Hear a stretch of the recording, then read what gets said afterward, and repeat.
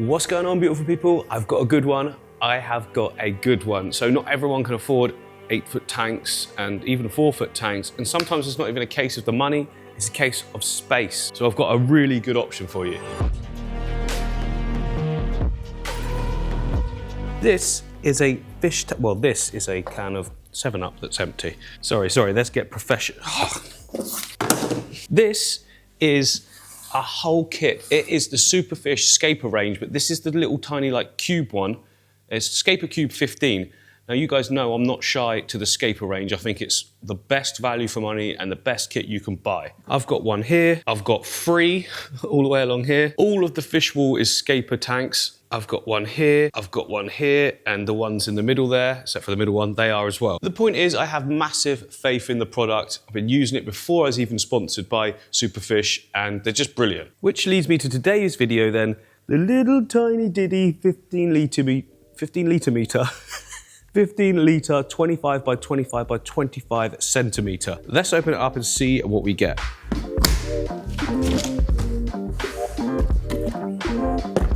So we have got a hang on the back filter. This is the tiniest one obviously, but it's going to be more than capable of doing the job on our cube behind. We've got one of the Scaper line lights, which are the best for me. They're so simple, they work so well, they grow plants amazing. And this is the smallest one I've ever seen.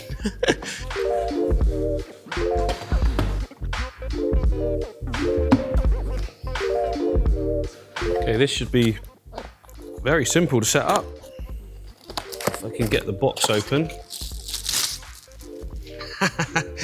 It's so small. And there we go. Now I'm just going to give the glass all a clean because it is filthy, like fingerprints and everything all over it. There we go, it's gleaming, and we've got this black background. You can just, it's not a foil stuff that you put on with a squidgy, you just literally stick it to the back and it's black. Or white, if you want white as well.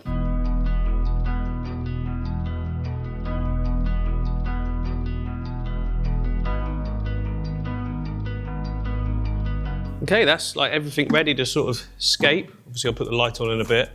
Filter, I'll get to the filter when we set it up, but it's very simple. You unpack it, slot it on and turn it on. And as with any aquarium, first thing we need to do is sort out a nutrient layer so our plants have got a food source. There we go, look, I'll put the light on as well. That's a good amount of light. You can get some insane growth out of your plants with that for sure. First layer though is going to be NutriBase. Many of you have seen me use this a lot, it works so well. It's got like Ca, Fe, K, Mug, and leaves in it apparently. It's got stuff in it that helps everything grow. It's also got dormant bacteria as well. So once you like fill it up, it all sort of helps to get all the substrate level bioactive, and I'm just using words now. It just works really well, all right? And look, I don't ever claim to get scientific with you guys. I'll leave that to the other YouTubers.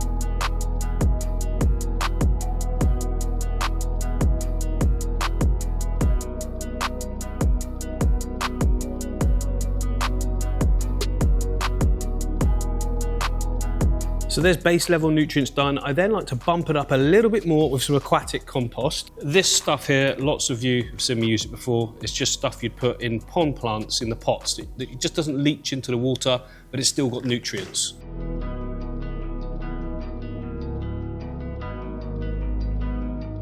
Sometimes you get some sort of bigger clumps, just break them up. Now what I like about this stuff is because it's a soil and it does contain some organic matter, it tends to sort of break down inside the substrate. And when it's breaking down, it's producing CO2. Now CO2 is obviously brilliant for plants. And if we can generate our own in a natural way, all the better for those plants. They're just going to grow even better, I find anyway. Again, I don't know the sciences behind it, but I know that I do it lots and it works. And I also like to just sort of bring it away from the front a little bit, just so you can't see those bits. Just looks a little bit neater from front on. You don't have to do this, but why not if you can? Right, now we've got options here. We can either cap this with aqua soil, which, you know, is a legit way of doing it. Costs a little bit more. You can buy a small bag though for a tank this size. That's the good thing about a tank this size. Everything cost-wise is sort of reduced if you buy the smaller bags, you know, smaller pieces of hardscape, stuff like that. Obviously you're gonna need less plants as well. I'm gonna cap it over with the sand. It's just something I like doing. You can use aqua soil if you want as well.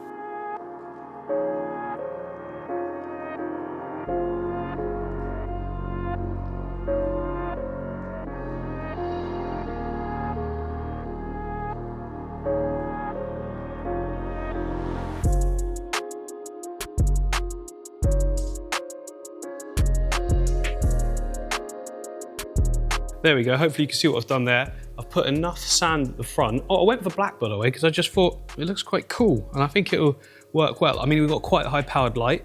If I used a lighter substrate, it would reflect that light and be even brighter, so it might cause algae issues, but I'm thinking this will be perfect. You know, if you're using carpeting plants and things like that, I feel like black works best, which is why sometimes aquasoil looks good, but you know, we kind of simulated the same thing here. But I do want this coming right up at the back, like literally right up. So I'm gonna add another layer of the NutriBase in here and then put more sand on top, just to make sure that any plants we plant in the top area have still got nutrients available straight away.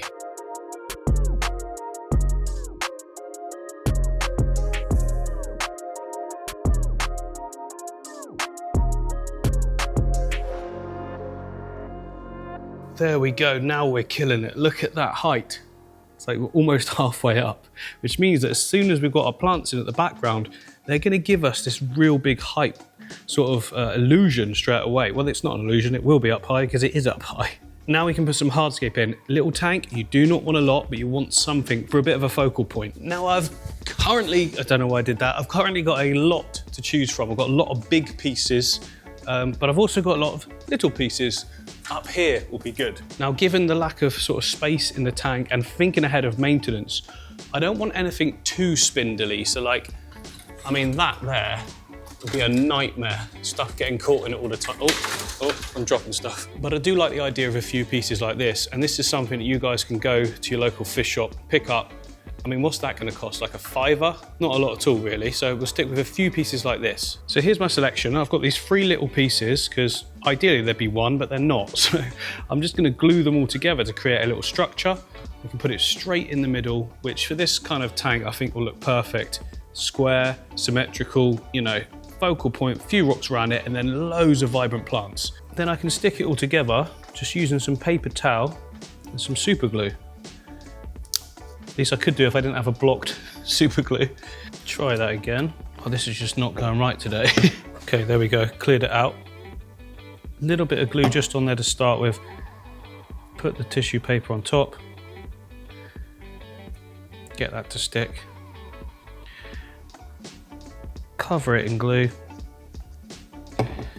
Stick your other piece on. You do get some fumes coming off of this, so you do not want to breathe them in at all.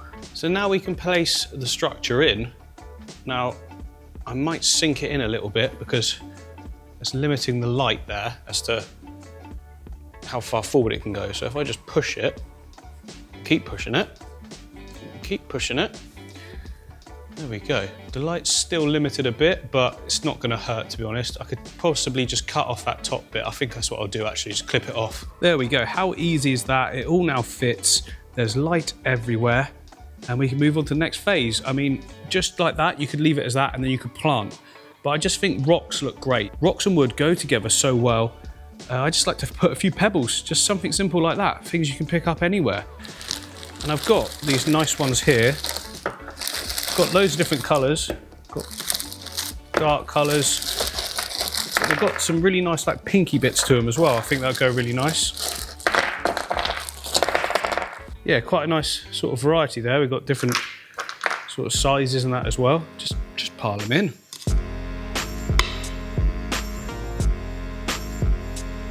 What I'm liking about them is how contrasty they are to the sand itself. Not gonna overthink it. Boop, one there, one out there. I wanna be putting plants in between all of these, you see, so that's why I'm not sort of putting too many of them all close up together. But I do want a dividing line. Not like a definite one, but like a dividing line between the foreground and the background. Yeah, I think that's enough. Don't need any more than that. And for plants on that wood area, I just want to put a little bit of Anubias Nana Bonsai, tiny Anubias look, and that'll just look good, covering up that section where we can still see where the glue meets the wood there. That'll be ugly when the water's in there.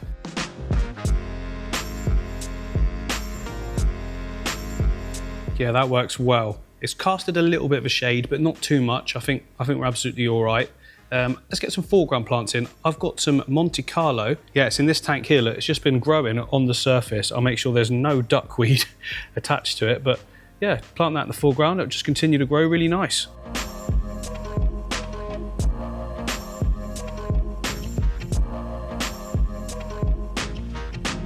There we go. I think that's a really good start, a really good foreground.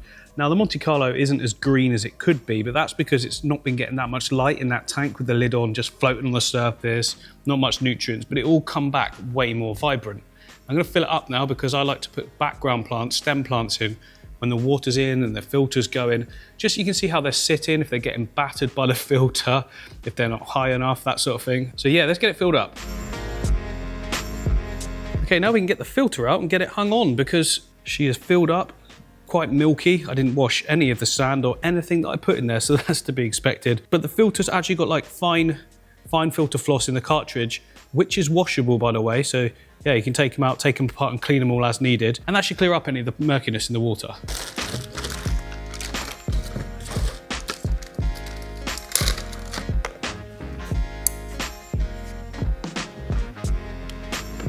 Now, because this is such a small tank, I'm not going to bother with the surface skimmer of this on this one. It does come with a like additional pipe work and stuff, so you can stick in a surface skimmer, which works really well on my other tanks.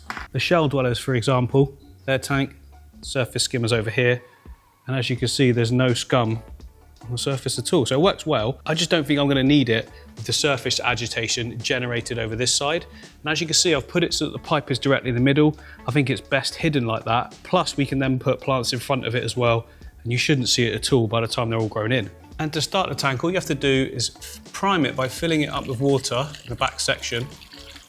This means then that the impeller is underwater, can start pulling air through initially. Once that air's cleared out of the pipe, it will be pulling water through. There we go, I can see all the water's coming up. It should start flowing any second. Here we go. Nice. And the good thing is, once all the air's out, it's completely silent as well. You cannot hear it. And it's like, you know, it's good amount of flow coming out there. It's chucking it all down in the foreground. I think what I'll do is the same thing I've done in all my other tanks. I create a little lip out of some plastic, put it underneath, and then it makes sure that it just keeps it all going on the surface of the water, rather than just like chucking it down low and disturbing anything down there. And it's very easy to do. You just take a bottle of water, cut around in a circle, find the width of the sort of rampy outlet of the filter, cut another circle, like that, and I cut it down one side, and then I want to work out where to fold so that it creates like an arc upwards. So I'm going to go for there. Hopefully that's enough. Then you just got to fold it back on itself to create a lip. And then I can hook this underneath the outlet. And that should now flick it to the surface. Let's give it a try.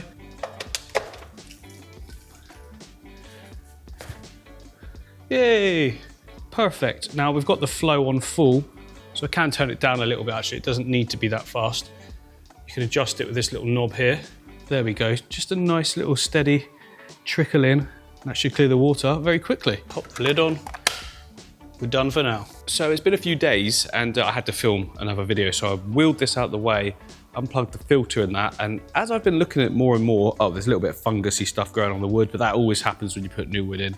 It quite easily could brush off, but the more and more I look at it, the more I'm like, I don't actually like that.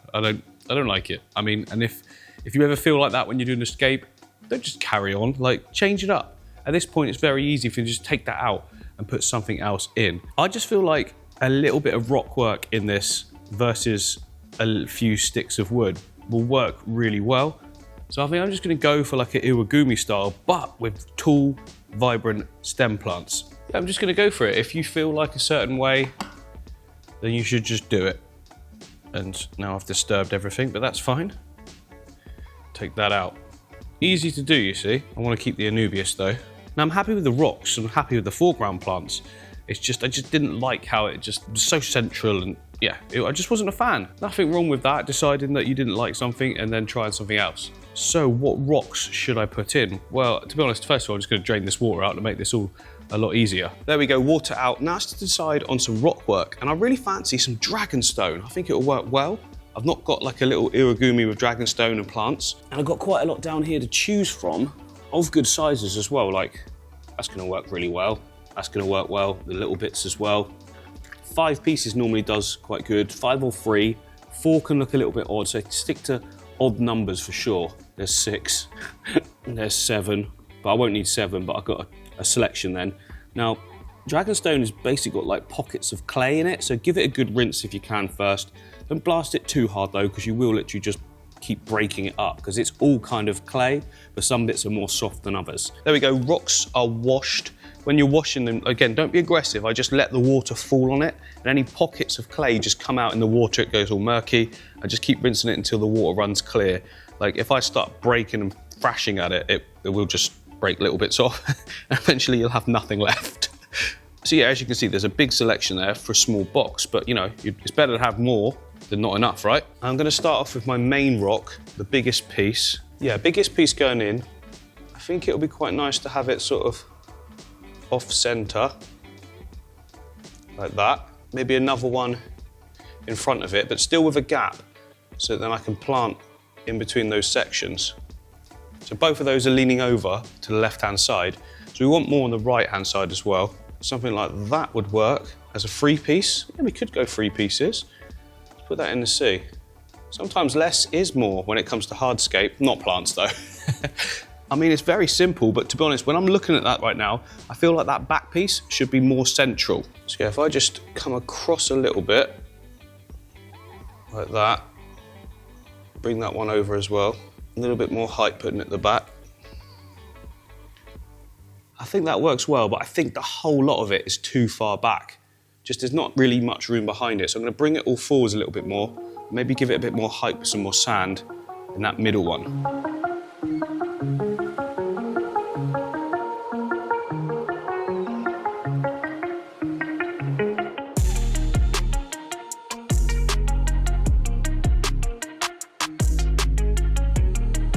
There we go, we're much more forward. The overall look, I think, is more appealing. It's very simple, don't get me wrong, but that's the idea of this.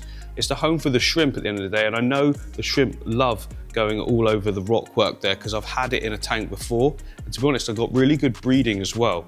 Another reason I didn't use aqua soil, of course, is because it does lower the pH a little bit, and I found that Neocaridina shrimp, the ones that are going in here, they do seem to like it a little bit more harder. Right, let's fill it up now. Like, don't judge it yet. It's gonna be way better than this by the time everything's planted, the way it all ties in. You better see those stones a lot better. I mean, they are odd. To put rounded pebbles with Dragonstone doesn't usually work, but sometimes it's good to be a little bit different, you know? I love the pinks in them versus the more sort of browny colors of the Dragonstone. I think it's gonna work well. There we go, we're running. That mist will clear given like an hour. It did last time. The reason why on the last shot you saw that it was still a bit misty is because the wood was releasing tannins, but obviously we won't get that from the rock. That will clear. There's no point waiting for that because I'm gonna dust it up again by planting. So what I wanna do now is like go around the studio, pick out plants that I wanna use. And I think for the background area, just to fill it right in with a wall of green, almost all of it anyway, with the pearlweed would look really good. And then from the tank behind, sorry about the reflections, but you can see here in the 8 foot, we've got some really nice Rotala HR at the top there. Some of that will look brilliant in the foreground area. Not quite in the foreground. I'm talking more mid-ground actually, but the foreground of the stem plants is kind of what I mean. We've got a massive selection of stems to pick from in this tank here as part of the triple tank system. There's also Rotala Green. We've got the Hydrocotyle Japan. There's my Chrysanthemum Umbrosum under there as well. So I've got lots of options.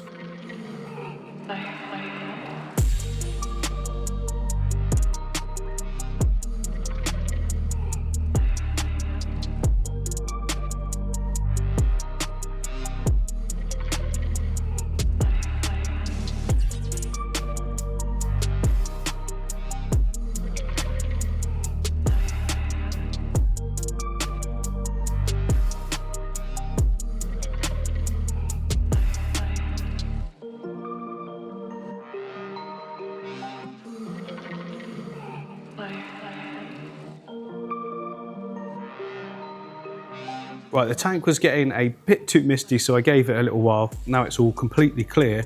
But in doing so, I've noticed something. The Monte Carlo down here, hopefully the camera picks it up, all the white stuff in it is where the misting of the water is collected in the algae that's in it.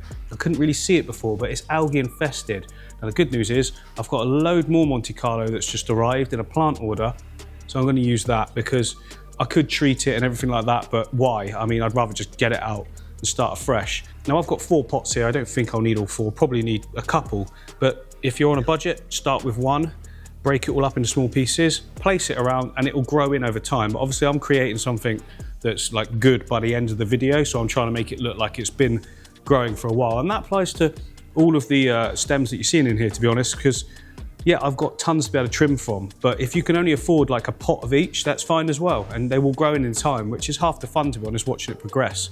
Like I say though, I'm creating content for you guys and trying to simulate a finished tank like within a few days. So yeah.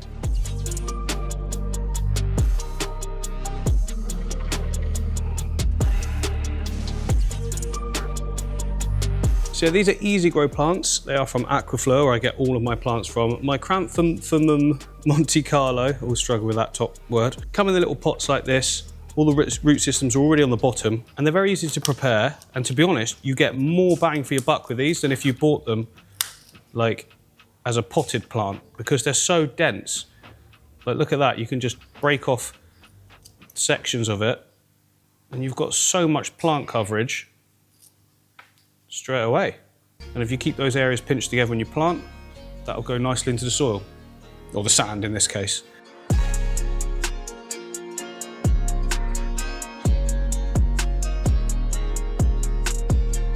There we go, that is what I'm talking about. That's what Monte Carlo is supposed to look like. I mean, it will dull down a little bit from that, because that's obviously grown out of water. And here's another superfish tank, a different kit. This is the Quadro Pro with the light and everything.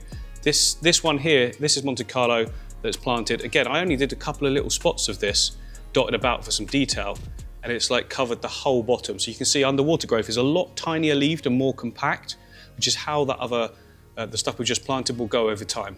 Oh, hello little shrimpy. Just enjoying your Monte Carlo bed.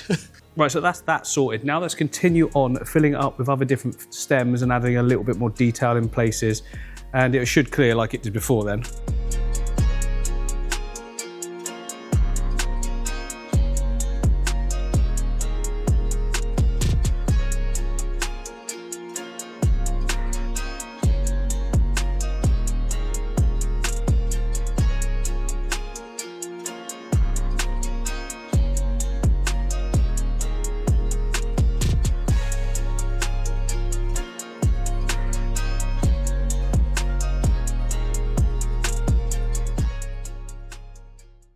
Right, it's now the next day and the tank is looking so clean, like there's no water. Look at that.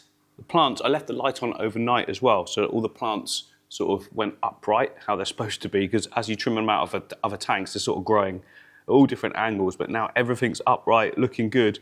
We can put in the shrimp and snails for the desktop aquarium. And this tank here, which has been growing a lot of my red plants, well actually it stopped sort of growing on this side because I left way too many floating plants. But this tank has got a lot of like, is it orange sakura shrimp in there? It's also got the silver tip tetras, which are breeding, by the way.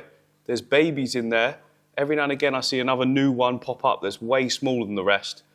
But if I can take out some of the adults in here and place them into the new tank, we'll keep the population going, because there's loads of babies as well, like right down in the substrate. The longer you look, the more you can see. So if I take out some of the adults, those babies will grow up, and then we'll have like a colony in 2 separate tanks, which, you know, just means hopefully more chance of survival and more shrimp overall.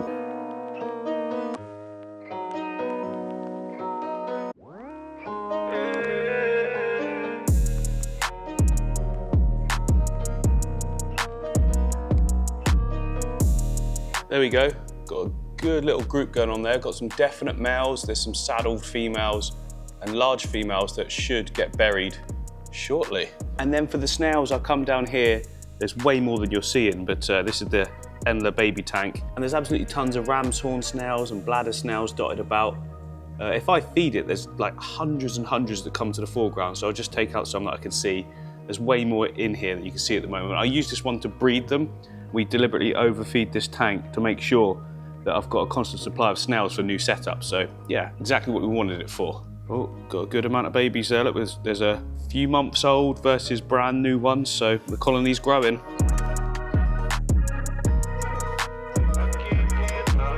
Here we go then, shrimp and snails going in. Yes. Good amount there, perfect amount I'd say for this tank. Oh, still got a couple in there. There we go. And the snails will right themselves very quickly and start walking around. Shrimp are already getting to work. Now the thing is, there isn't actually any food in there for them at the moment. Saying that, there'll be a little bit of biofilm on all of those plants that we've taken from other setups, to be fair. And it's also a brand new system, remember, so I will put some beneficial bacteria in.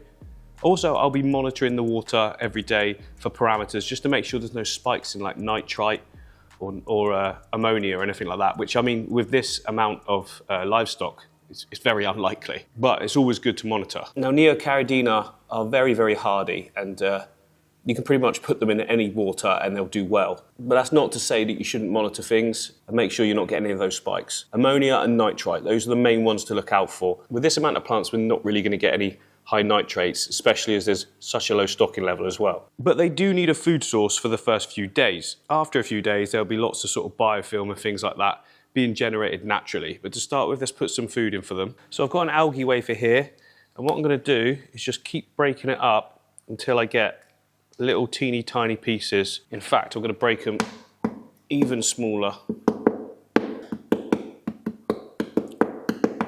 Then I can just sprinkle that in, and it will settle and, you know, go down cracks and crevices. And that'll be perfect for the snails and the shrimp. The good thing is when it goes in the flow of the hang on the back filter, it pushes it all down, look. Yeah, they're already going nuts for it. It's snowing food. So there we have it, guys. A nice simple setup that I think is achievable by everyone. I mean, to get it looking at this state would probably take a good month or so if you start off with small amount of plants. But like I said, I'm trying to reproduce a finished sort of product, if you like. And what I like about this aquarium is it's just so small, you can literally put it anywhere you want. And as you can see here, we've got a saddled female, so hopefully soon she will become berried, meaning that the eggs are fertilized, and we'll get loads of babies in the tank as well. And there's also a really nice adult female right there, so I'm pretty confident that we're going to get a good population growth in this tank. So yeah, the tank's readily available online, so just do a search for the Scaper Cube 15. Lots of places stock it, and it's just a great bit of kit, as you can see. And don't forget to get those plants in, it will make your life a hell of a lot easier. Anyway, I hope you've enjoyed this one, and I look forward to seeing you on the next one.